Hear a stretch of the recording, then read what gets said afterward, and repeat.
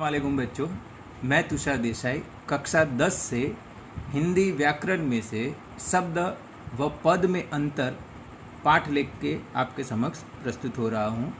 भाग 1 और 2 में हमने आगे विस्तार से देखा कि शब्द क्या है, पद क्या है, शब्द की परिभाषा, शब्द के भेद, उनकी परिभाषा। आज हम देखेंगे पद क्या है, पदभेद क्या है, पदभेद के कितने प्रकार हैं। पहले हम संक्षिप्त में देखेंगे कि शब्द की परिभाषा, तो के वर्णों के सार्थक समूह को शब्द कहते हैं। शब्द अपने आप में स्वतंत्र है। शब्द के भेद तो हमने देखे कि 4 भागों में उसे विभाजित किया गया है। कौन से 4 भाग है? स्रोत इतिहास के आधार पर, जिसके 4 भेद है, तत्सम, तद्भव, देशज और विदेशी। रचना के आधार पर उसके 3 भाग है, रूढ़ शब्द, यौगिक शब्द और योग रूढ़ शब्द। अर्थ के आधार पर पर्यायवाची, विलोम, एकार्थी, अनेकार्थी। प्रयोग के आधार पर तो कि सामान्य शब्द या तकनीकी या पारिभाषिक शब्द। आगे विस्तार से देखने जाएंगे पद के माध्यम से, तो अर्ध पारिभाषिक भी हम प्रयोग करते हैं। आज भाग 3 में हम पद के भेद देखेंगे विस्तार से। तो कि हिंदी में हम देख रहे हैं कि पद के 5 भेद किए गए हैं। कौन कौन से 5 भेद है? तो कि संज्ञा, सर्वनाम, विशेषण, क्रिया और अवयव। अब हम आगे कक्षाओं में देख चुके हैं, आगे की कक्षाओं में हम देख चुके हैं कि संज्ञा, तो कि संज्ञा की परिभाषा सामान्यतः हम सभी पता है कि जिन शब्दों से किसी भी व्यक्ति, वस्तु या स्थान, प्राणी या किसी भी भाव का बोध होता है, हमारे नज़र के समक्ष वो रेखा चित्र प्रस्तुत हो जाता है, उसे क्या कहते हैं? संज्ञा कहते हैं। संज्ञा के कितने भेद है? व्यक्तिवाचक संज्ञा, जातिवाचक संज्ञा और भाववाचक संज्ञा। व्यक्तिवाचक संज्ञा किसे कहते हैं? कि जिन शब्दों से किसी विशेष व्यक्ति, प्राणी या स्थान का बोध हो, उसे व्यक्तिवाचक संज्ञा कहते हैं। जैसे हम सुने महात्मा गांधी, मदर टेरेसा, लखनऊ, आगरा, ताजमहल, भरूच, बड़ौदा।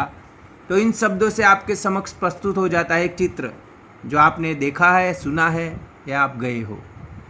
दूसरा भेद है जातिवाचक संज्ञा।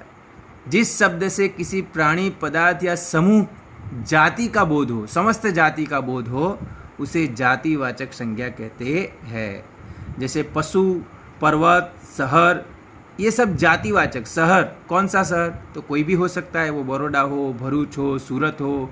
पशु, वो कोई भी पशु हो सकता है। पर्वत, तो हिमालय, गिरनार, एवरेस्ट, किसी की भी बात कर सकते। यहाँ ब्रह्मांड के समस्त पशु, पर्वत या शहर की बात हो रही है। तो समस्त जाति का बोध हो जिन शब्दों से, वो शब्द क्या कहलाएंगे? जातिवाचक संज्ञा। अब उसमें द्रव्यवाचक संज्ञा और समूहवाचक संज्ञा।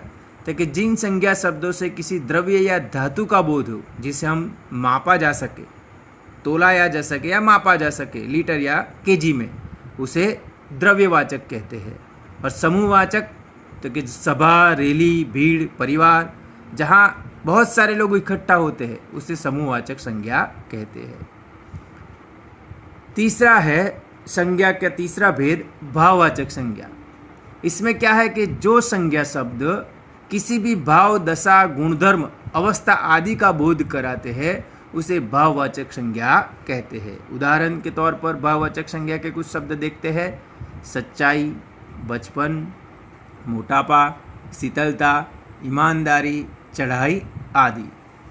अब आते हैं पद में दूसरा भेद, सर्वनाम।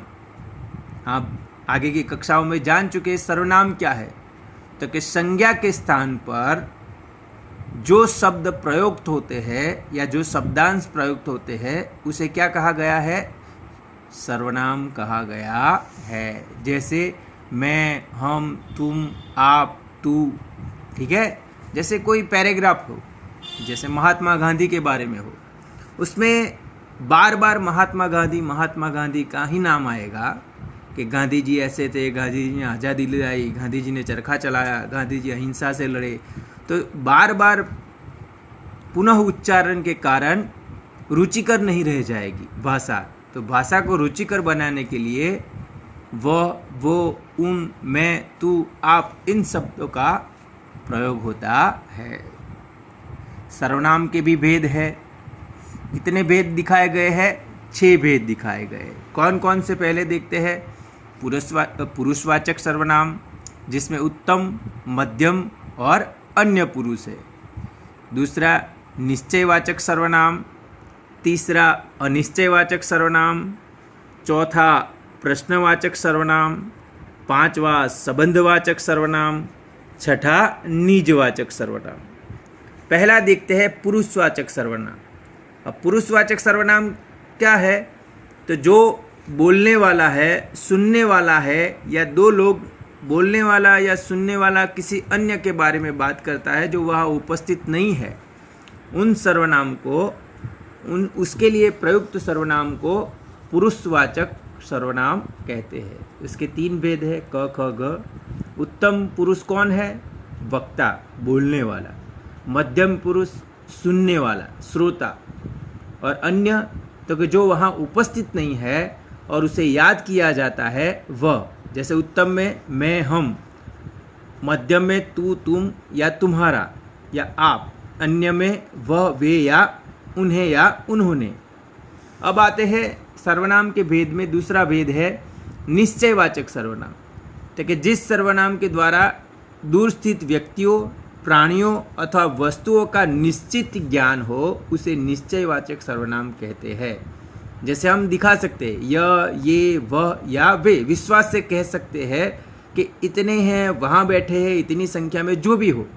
निश्चय के साथ जो भी व्यक्ति, प्राणी या वस्तु का निश्चित कर सके या बोध हो सके, उन सर्वनाम को निश्चयवाचक सर्वनाम कहा जाता है।